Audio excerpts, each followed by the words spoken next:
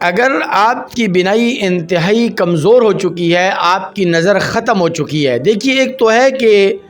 نظر کا کم ہو جانا اور علاج معالجہ کرنا، تو علاج معالجہ تو سنت ہے، آپ ڈاکٹرز کے پاس جائیں، ڈاکٹرز اگر آپ کو مشورہ دے کہ بھئی آپ چشمہ پہنیں، آپ کی نظر رک جائے گی، آپ کی نظر ٹھہر جائے گی اور آپ کی نظر صحیح ہو جائے گی، تو پھر تو اس میں کوئی قباحت نہیں ہے۔ شریعت مطہرہ علاج معالجے سے منع نہیں کرتی، لیکن علاج معالجے کے باوجود اگر آپ کی نظر صحیح نہیں ہو رہی یا بڑھاپے کی وجہ سے اور عمر رسیدہ ہونے کی وجہ سے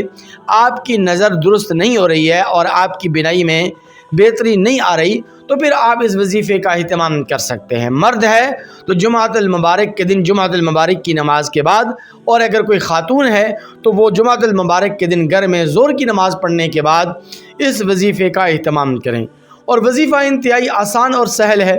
100 مرتبہ آپ اس وظیفے کا اہتمام کریں گے۔ 100 مرتبہ یعنی ایک تسبیح 100 دانوں والی آپ اس اسم الہی کا ورد کریں گے تو انشاءاللہ ثم انشاءاللہ نہ صرف یہ کہ اللہ تبارک و تعالی آپ کی بینائی کو درست فرما دیں گے، نہ صرف یہ کہ آپ کی نظر درست ہو جائے گی اور آپ کی بینائی اللہ تبارک و تعالی آپ کو لوٹا دیں گے، بلکہ آپ کے دل کو بھی اللہ تبارک و تعالی ایمان کے نور سے بھر دیں گے۔ اور وہ کیا اسم الہی ہے، وہ کون سا وظیفہ ہے اور کون سے وظیفے کا، کون سے اسم الہی کا آپ نے ورد کرنا ہے،